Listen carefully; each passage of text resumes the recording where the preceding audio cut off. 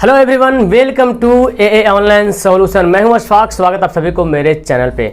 तो जैसे कि आपको पता चल गया है कि आज हम लोग क्या पढ़ेंगे। आज मैं आपको पढ़ाऊंगा कि समांतर क्रम और श्रेणी क्रम ये दोनों का जो फॉर्मूला आया है ये कैसे बना है फॉर्मूला, ठीक है। और ये सत्यापित करेंगे कि कैसे इसका फॉर्मूला, श्रेणी क्रम का जो फॉर्मूला आता है वो कैसे बना है, समांतर क्रम का जो फॉर्मूला है वो कैसे बना है। और उसके बाद फिर नेक्स्ट वीडियो में समांतर क्रम और श्रेणी क्रम से जो न्यूमेरिकल जो सवाल बनते हैं वो मैं आपको हल कराऊंगा। और फिर उसके बाद मैं और भी सारा जो न्यूमेरिकल क्वेश्चंस है, धारा से, कूलाम से, आवेश से, ये सबसे रिलेटेड जो क्वेश्चन है वो मैं आपके सामने पेश करूंगा। तो सबसे पहले ये जानते हैं कि श्रेणी क्रम और समांतर क्रम का जो फॉर्मूला होता है उसका सत्यापन करना है, ठीक है।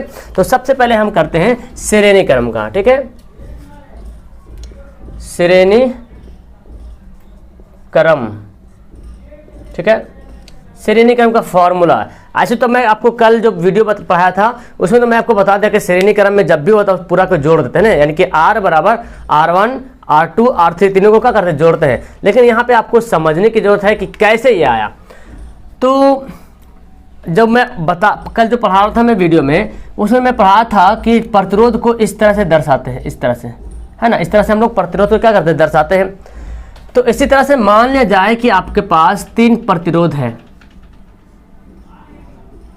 ठीक है, 3 प्रतिरोध है। और मान लो यहाँ पर एक बैटरी है जहाँ पे इसको जोड़ दिया गया है, ठीक है। और यहाँ पे मान लिया जाए कि स्विच है, ठीक है, इस तरह से कोई लगा हुआ है, ठीक है।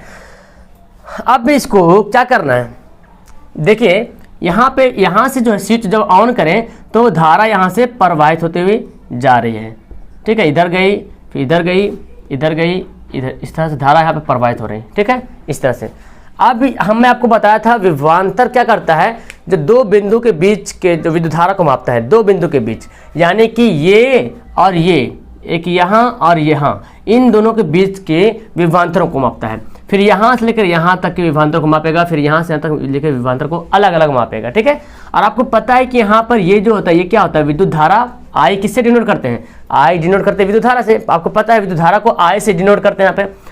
तो यहाँ से विद्युत धारा जा रहा है और किसी न किसी वोल्ट से जा रहा, विभवांतर जा रहा। तो मान लिया जाए कि यहाँ से यहाँ तक जो, यहाँ से लेकर यहाँ तक जो गया है, इसको जो मापा है, जो वोल्ट जो मापा गया है, इसको मान लेते V1 से मापा, यानी कि विभवांतर कैसा है, मात्रा क्या होता है, वोल्ट होता है। या विद्युत विभव कैसा है, मात्रा क्या होता है, वोल्ट होता है।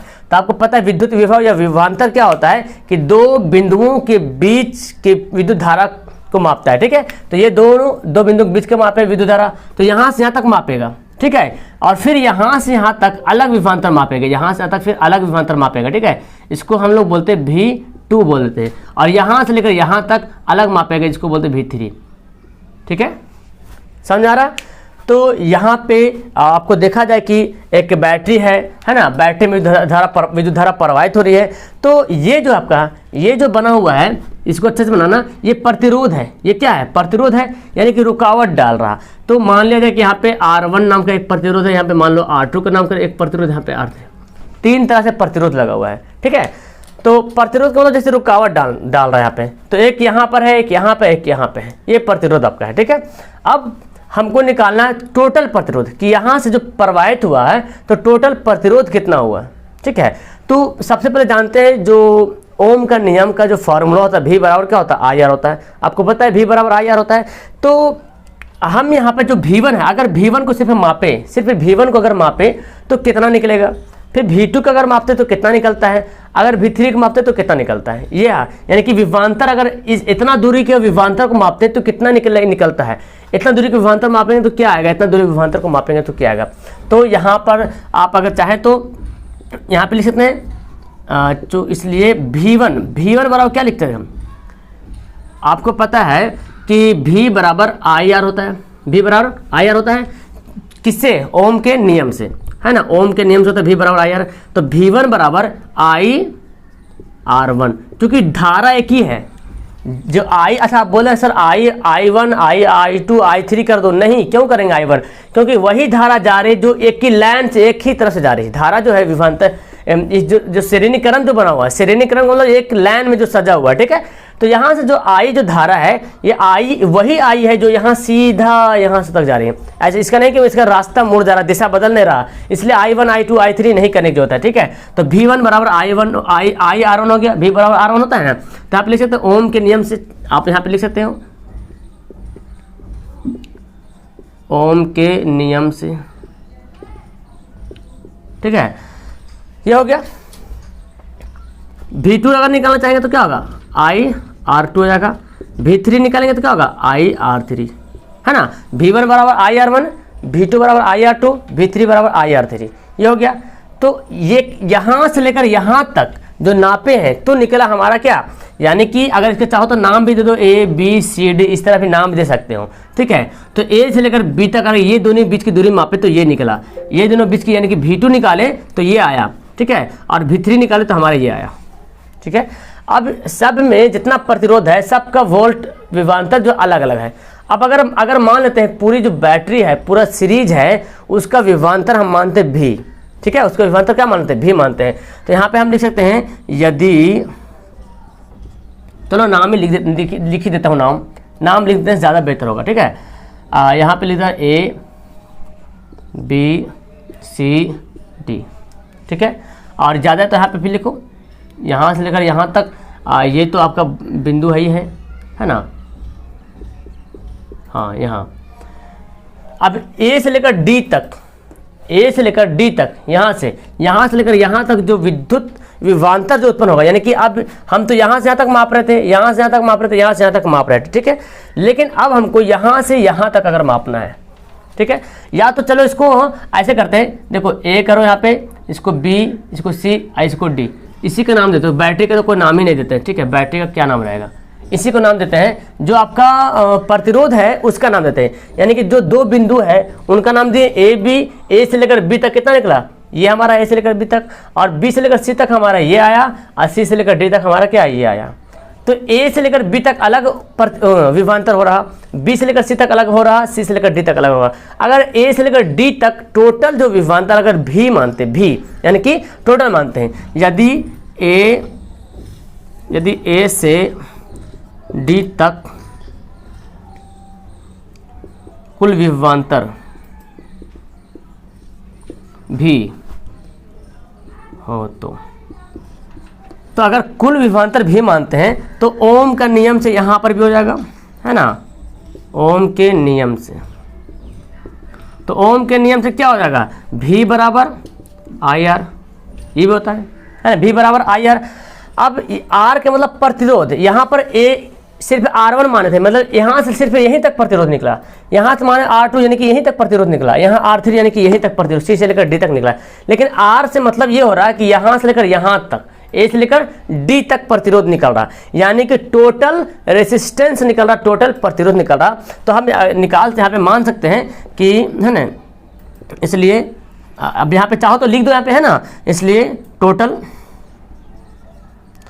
प्रतिरोध बराबर RT, क्या मान लेते हैं, टोटल प्रतिरोध, मतलब RT से क्या पता चला, टोटल प्रतिरोध। अब हम जब तीनों को निकालते हैं तो देखो सबसे पहले हमारा क्या करते हैं, ये इसको तीनों क्या करना पड़ेगा, हमको जोड़ना पड़ेगा, तब तो तीनों निकलेगा, जोड़ना पड़ेगा नहीं, तीनों को जोड़ना पड़ेगा। तो जब हमको भी अगर यहाँ से यहाँ तक ये क्या है हमारा है, इसलिए हम करते हैं कि भी बराबर, भी अगर निकालना है तो यहाँ से तक हम पूरा भी माने, है ना, माने हैं A से लेकर टोटल क्या माने, भी माने। तो हम जो भी निकालेंगे तो यानी कि V1 है, V2 V3 उसे मिला हुआ है, यानी कि जो भी है वो V1 है और V2 और V3, ये तीनों आपस में क्या है, मिला हुआ, तीनों जोड़ के क्या बना, भी बना, ठीक है। अब भी का हम यहाँ पे क्या लिखें, V बराबर IR लिखें, तो हम IRT लिखेंगे, क्या लिखेंगे, IRT लिखेंगे, टोटल प्रतिरोध है। और V1 देखो कितना है, IR1 है, और V2 कितना, IR2 है, और V3 कितना, IR3 है, ठीक है। यहाँ तक समझ आया। देखो अब यहाँ पे देखो IR1 IR2 IR3 आ गया।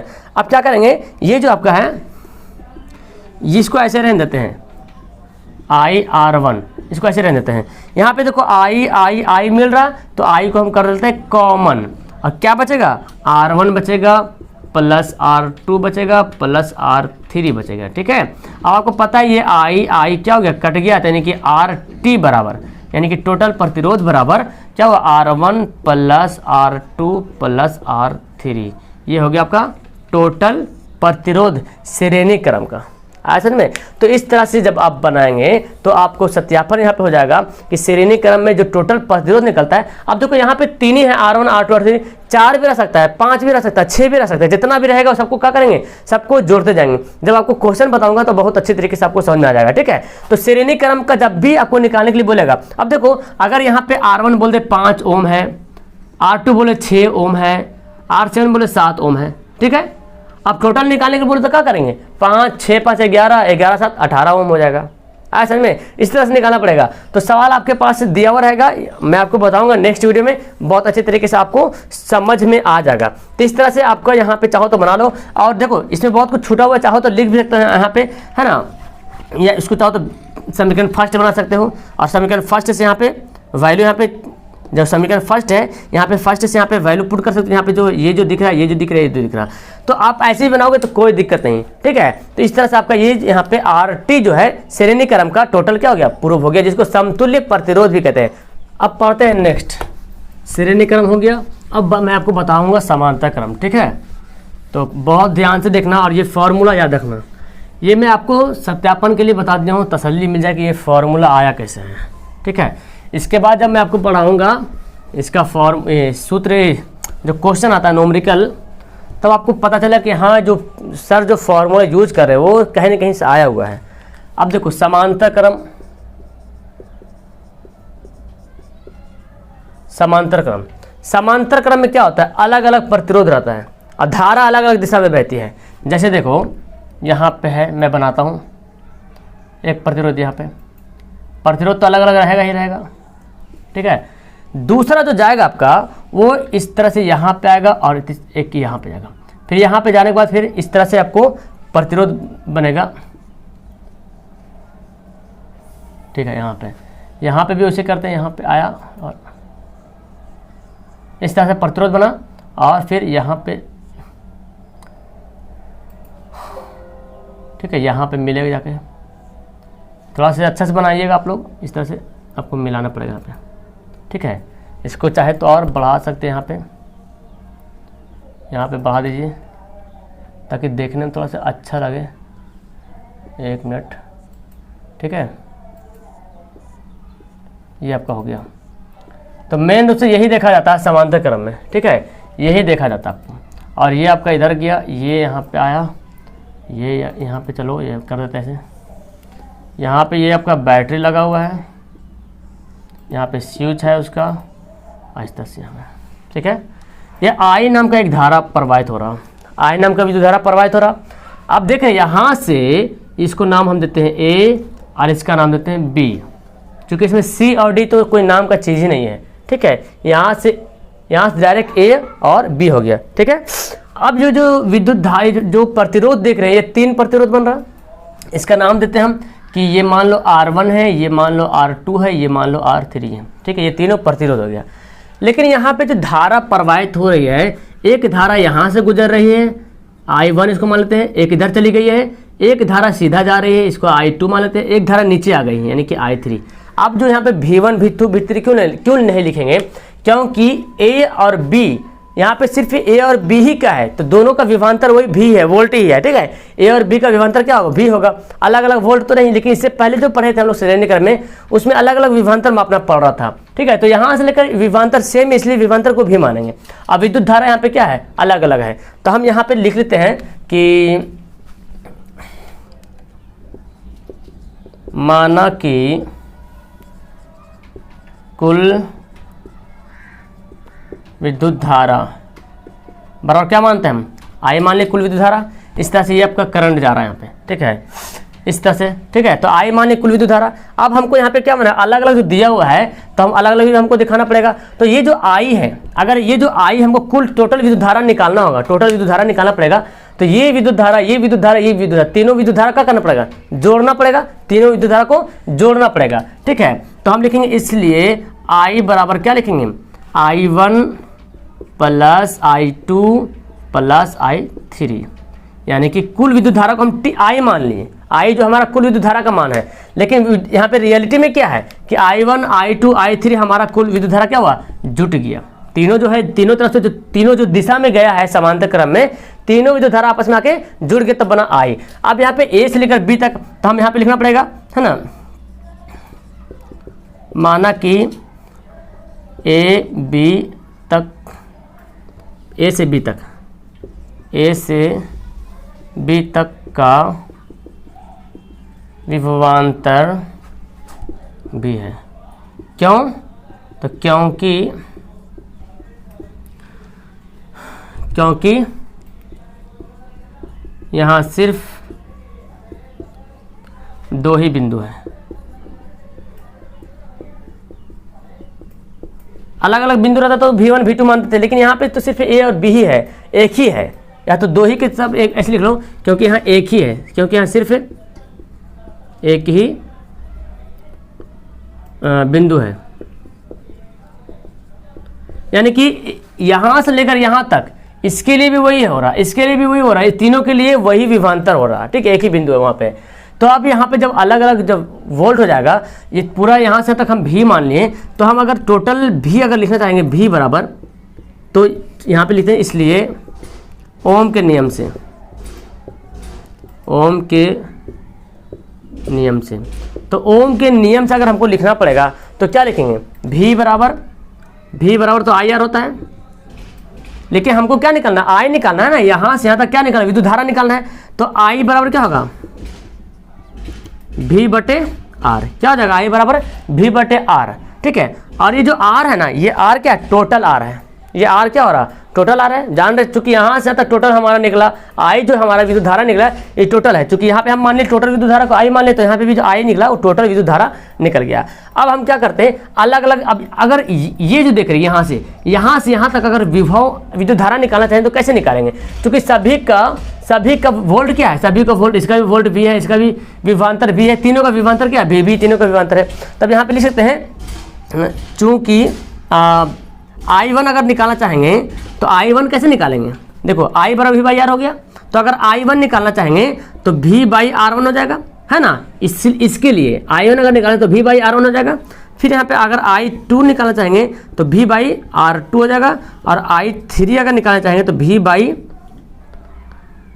R3 हो जाएगा, ठीक है। ये तीनों हो जाएगा, हो कि नहीं। अब ये तीनों को उठा के इसमें डाल देते हैं, ये तीनों को उठा के इसमें डाल देते हैं, कोई दिक्कत। और ये जो आई का मान है इसको भी यहाँ पर रख देते हैं, है ना, इसको यहाँ पे पहले इसको उठा के यहाँ पर रखते हैं, तो यहाँ पे जगह तो नहीं बच रहा है, यहाँ पे मैं लिखता हूँ, है ना, इसके नीचे लिखते हैं ना, सभी का मान समीकरण फर्स्ट में रखने पर। तो समीकरण फर्स्ट हमारा ये क्या है, आई बराबर क्या है, I1 plus I2 plus I3, ठीक है। आई का मान हम ऐसा ही रहने देते फिलहाल। अब देखो I1 कितना है, V बटा R1 है, ठीक है। I2 कितना है, V बटा R2 है। I3 कितना है, V बटा R3 है। ये हो गया। अब ये जो है ना, ये जो हमारा जो ये निकला था, ये जो आया था, इसको मान लो समीकरण सेकंड, क्या दिक्कत है। अब जो हमारे एक I बराबर V बाई आर आया, और यहाँ पे I बराबर आया V बटा R1, V बटा R2, V बटा R3, ये तीनों आया।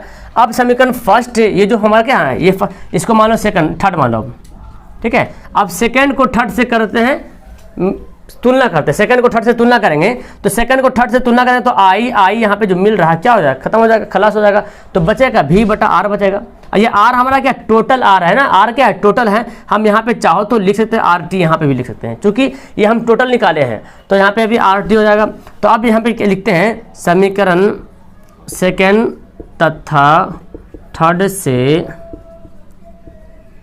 तुलना करने पर, तुलना करेंगे तो सेकंड, देखो तुलना करेंगे तो आई क्या होगा, खत्म हो जाएगा, दोनों में आई है तो खत्म हो जाएगा, तो बचेगा कि ये बचेगा V बटा RT यानी टोटल, और इधर क्या बचेगा, V बटा R1 प्लस V बटा R2 प्लस V बटा R3 हो गया, ठीक है। अब यहाँ पे इसको हम ऐसे रहने देते हैं, V बटा RT, ये सब जो V देख रहे हैं V ले लेंगे कॉमन, भी ले लेंगे कॉमन, तो जब भी कॉमन लेंगे तो यहाँ पे क्या बचेगा, 1 बचेगा ना, 1 भी जब निकल जाएगा तो 1 बचेगा, 1/R1 plus 1/R2 plus 1/R3। अब यहाँ से भी अभी क्या हो गया, खत्म हो गया, और ये RT है टोटल, तो 1/RT बराबर क्या होता है, 1/R1 plus 1/R2 plus 1/R3। यही आपका बनता है समांतर क्रम का समतुल्य प्रतिरोध, समांतर क्रम का समतुल्य प्रतिरोध। ठीक है, तो इस तरह से श्रेणी क्रम का समतुल्य प्रतिरोध और समांतर क्रम का समतुल्य प्रतिरोध। तो आप देखो अभी जब इसके बाद में जो मैं नेक्स्ट वीडियो में पढ़ाऊंगा, ये इस तरह से फिगर दिया रहेगा, यहाँ पे वैल्यू दिया रहेगा। ठीक है, यहाँ पे वैल्यू दिया रहेगा, यहाँ मान लो 5 ओम दिया है, यहाँ पे मान लो 5 ओम दिया हुआ है, यहाँ पे मान लो 5 ओम, तीनों 5-5 ओम दिया हुआ है। अब बोले ये, अब आपको ये जज करना पड़ेगा ये श्रेणी क्रम है कि समांतर क्रम है। तो फिगर देख के समझ में आ ही जाएगा समांतर क्रम है। जैसे ही देखना प्रतिरोध अलग अलग बटा, समझ लो कि समांतर क्रम। जैसे ही देखना करंट अलग अलग गया, स्विच अलग अलग बन रहा, समझ लो कि समांतर क्रम है। तो समांतर क्रम निकालने का हमारा ये फॉर्मूला टोटल निकालने का यही था। तो अब अगर इसको निकालना चाहेंगे तो क्या करेंगे, 1/R3 लिख लो, है ना। तो यहाँ पे 1/5 हो जाएगा, पहला R1 1/5, दूसरा 1/5, इस तरह तीसरा। अब जब यहाँ पे निकालेंगे तो क्या होगा, 5 एलसीएम हो जाएगा, 1 + 1 + 1, तो क्या होगा 1/RT बराबर 3/5, है ना। तो देखो अभी 1/RT है, RT नहीं निकला पूरा। अगर RT निकालेंगे टोटल तो 5 इधर गुना हो जाएगा, 3 इधर चल जाएगा। तो 5 को इधर गुना करो, देखो 5 को इससे गुना करो, तो पहले 3 को RT से गुना करो, 3RT बराबर 5। ठीक है, और RT अगर निकालेंगे तो 5/3 आ जाएगा। तो आपका ये बनेगा टोटल। तो इस तरह से हम लोग बहुत सारा सवाल करने वाले हैं, जो कि आपको एक अलग अलग समांतर क्रम में सवाल रहेगा, अलग से श्रेणी क्रम में सवाल रहेगा, और कभी कभी तो ऐसा भी सवाल जो दोनों मिला हुआ रहेगा। एक ही बैटरी है, एक ही कनेक्शन क्या हो रहेगा, उसमें समांतर क्रम और श्रेणी क्रम दोनों मिला रहेगा। अब आपको उसमें अरेंज करके समतुल्य प्रतिरोध निकालना है, चाहे समांतर सबको बना दो, चाहे सबको श्रेणी बना दो। तो कोशिश यही करते हैं हम लोग कि सभी समांतर को श्रेणी बनाते हैं। श्रेणी करने के मतलब ये एक सीध मिलाते हैं, एक बना के सीधा करते हैं। अब देखो तीनों का प्रतिरोध कितना आ गया, तीनों का प्रतिरोध मिलाएं तो आपका क्या होगा, 5/3 आ गया। अब यहाँ पे भी जो प्रतिरोध दिया रहेगा, यहाँ पे प्रतिरोध देगा, तो अब तो श्रेणी क्रम बन जाएगा, श्रेणी क्रम बनेगा ना। फिर श्रेणी क्रम पर निकाल लेंगे आराम से, तीनों को क्या करेंगे, जोड़ देंगे आराम से। तो इस तरह से हम आगे वीडियो में पढ़ने वाले हैं। ठीक है, तो इसको समझ में आ गया। ये आपका सत्यापन करने का था कि समांतर क्रम को समांतर क्रम का जो फॉर्मूला होता है, समांतर क्रम का समतुल्य प्रतिरोध होता है, उसको सत्यापन करें तो आप इस तरह से बनाएंगे तो आपका यहाँ पे आंसर आ जाएगा, सत्यापित हो जाएगा। ठीक है, और सबसे इंपॉर्टेंट है इसका फॉर्मूला याद रखना, जिसके आधार पर आप नेक्स्ट बनाएंगे। ठीक है, और इसके बाद फिर मैं आपको बताऊंगा कि और विद्युत धारा हो, आवेश हो, ऊर्जा हो, शक्ति हो, इसका फॉर्मूला से न्यूमेरिकल कैसे बनाएंगे वो मैं थर्ड वीडियो मतलब बताऊंगा। ठीक है, पहले सेकंड वीडियो में, इसके बाद वाला वीडियो में समांतर क्रम और श्रेणी क्रम के बारे में पूरा अच्छी तरीके से, जितना 6-7 क्वेश्चन में बताऊंगा, अलग अलग टाइप का फॉर्मूला रहेगा, फिगर बना हुआ, जो आपको अच्छी तरीके से समझ में आ जाएगा। तो वीडियो आपको अच्छी लगी होगी तो लाइक करना, शेयर करना, सब्सक्राइब करना। ओके, तो चलिए मिलता हूं मैं आपको नेक्स्ट वीडियो में। That's all, thank you everyone, have a nice day.